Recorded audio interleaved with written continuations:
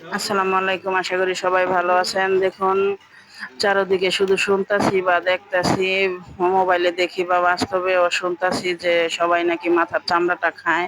তার জন্য ভাবলাম যে আমিও কিছুটা মাথার চামড়া রেখে দিব। আর মাথার চামড়ার সাথে মাথার যে কানগুলো ওগুলো আমি রেখে দিয়েছি। দেখুন এইখানে আমি এখন অল্প কিছুটা নিব, কারণ আমরা কখনো খাইনি আর কখনো পরিষ্কারও করিনি আমি। তার জন্য ভাবলাম যে অল্প কিছুটাই আমি আজকে পরিষ্কার করে যেকোনো একটা রান্না করে খেয়ে দেখবো, ভালো লাগলে তারপরে আবার অন্য সময় অন্যগুলো খাবো। দেখুন এদিকে কানটা বেশটা বড়, গরুটা অনেকটা বড় ছিল, কানটা কতটা বড়। এদিকে দেখুন আমি এগুলো এখন ছোট ছোট করে একটু কেটে নিব। এদিকে গরম পানি বসাই দিছি। দেখুন কানটা আমি আগে দিচ্ছি, কারণ এই কানের এটা নাকি চামড়াটা তাড়াতাড়ি উঠা যায়, এটা তাড়াতাড়ি হয়ে যায়। আর চামড়াগুলো বেশ কিছুক্ষণ গরম পানিতে চুবিয়ে রাখতে হয়। দেখি কিভাবে কি করি, দেখতে থাকুন। দেখুন এখন আমি মাথার চামড়াগুলো দিয়ে বেশ কিছুক্ষণ রাখবো। আমার অতটা আইডিয়া নাই, এগুলো আমি কখনো করিনি, তারপরও যে দেখতেছি, তারপর যতটুকু আইডিয়া, যেহেতু আমরা মহিলা মানুষ রান্না বান্না করি, আমাদের আইডিয়া তো একটু কিছুটা হইলেও আছে। তার জন্য ভাবলাম যে দেখি রান্নাটা করতে পারি কিনা। এদিকে দেখুন স্ট্রেনারের সাহায্যে একটু পানিটা একটু আরেকটু বেশি হইলে মনে হয় ভালো হইতো। দেখা যায় আমাদের তো গ্যাসের অনেকটা সমস্যা, তার জন্য পানিটা আমি কমই দিয়েছি। দেখুন কানটা ওঠানোর পরে সহজে পরিষ্কার হয়ে যাইতেছে তাড়াতাড়ি। কতটা সহজ হচ্ছে। কখনো সবার কাছে শুনি যে গরুর কান নাকি সবাই খায়, তাই ভাবলাম যে আজকে পরিষ্কার করব। দেখতেছি যে সহজে কানগুলো পরিষ্কার হয়ে গেল। আর এদিকে দেখুন চামড়াগুলো দেওয়ার পরে কতটা মোটা হয়েছে। মোটা হওয়ায় এগুলো পরিষ্কার করতে মনে হচ্ছে যে একটু সুবিধা হবে। দেখুন 15 মিনিটের মতন আমি রেখেছি। যতটা সিদ্ধ হয় ততটাই ভালো। দেখা যায় কি আমাদের চামড়া চুমড়া বাঁচতে গেলে বেশি সিদ্ধ হইলে লেগে যায়, উঠতে চায় না। আর এইগুলো যতটা সিদ্ধ করা হয় ততটাই ভালো হয়। দেখুন সিদ্ধ করার পরে কতটা মোটা লাগছে, মোটা লাগতেছে। এখন আমি এগুলো আরো ছোট ছোট করে কেটে নিব। ছোট করে কাটলে একটু পরিষ্কার করতে সুবিধা হয়। আর এগুলো আমার কাছে মনে হইতেছে যে আমি আলুর মতন ছিলে নিব।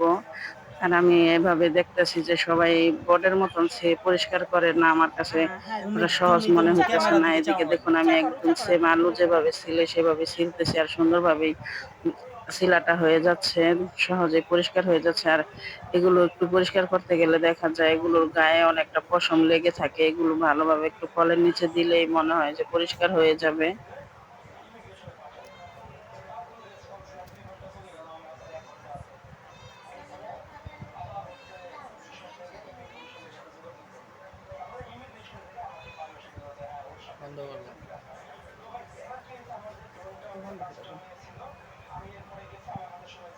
দেখুন অনেকটা অল্প সময়তে আমি সবগুলো পরিষ্কার করে নিয়েছি। এগুলো এখন আমি ভালোভাবে ধুয়ে পশমগুলো পরিষ্কার করে নেব, তাহলেই দেখা যায় যে পরিষ্কার হয়ে যাবে।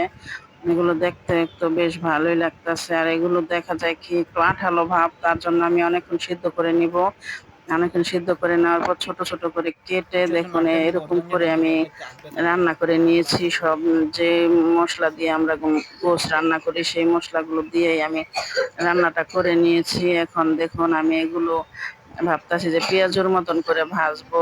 ওগুলো কিন্তু আমার মাথার চামড়াগুলো। আর এদিকে দেখুন কিছুটা আলু দিয়েছি। আর পেঁয়াজু বানাতে যে যে জিনিস ব্যবহার করি, পেঁয়াজ, কাঁচামরিচ, ধনিয়া পাতা, এগুলো সবই এখানে দিতেছি। আর ওইখানে মশলা দিয়ে আমি ওগুলো আগে একটু গোছের মতন করে রান্না করে নিয়েছি। আর পিসগুলো একদম ছোট ছোট করে কেটে নিয়েছি। আর এদিকে কিছুটা গন্ধ যেন না আসে তার জন্য একটু লেবুর রসও দিয়ে দিলাম।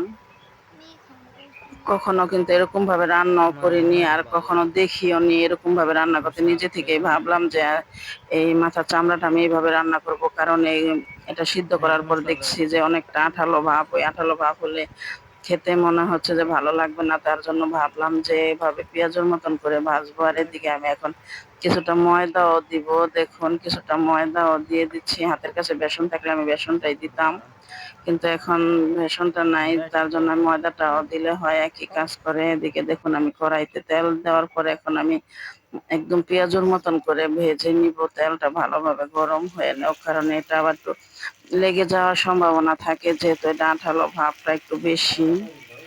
ভাজার পরে এটা খেতে মনে হচ্ছে যে ভালোই লাগবে। কখনো খাইনি, তারপরও যে আইডিয়া করে বলতেছি, যেহেতু আইডিয়া করে এই জিনিসটা আমি এভাবে বানানোর আইডিয়াটাও করেছি, তার জন্য আমার আইডিয়া মনে হচ্ছে যে খেতেও ভালো লাগবো। দেখুন একদম পেঁয়াজের মতন করে ভেজে নিয়েছি, আর পেঁয়াজটা একটু বেশি দিয়েছি, কারণ আমরা পেঁয়াজটা এভাবে একটু বেশি খাই, আর যেহেতু পেঁয়াজতে একটু পেঁয়াজটা বেশি দেওয়া হয়। দেখুন একটা উঠানোর পরে কেমন লাগতেছে, সবগুলো হয়নি, কিনারে 2টা হয়েছে, সেই 2টাই আমি উঠিয়ে নিয়ে একটু দেখতেছি। দেখুন এই 2টা খুব সুন্দর একটা কালার হয়েছে একদম।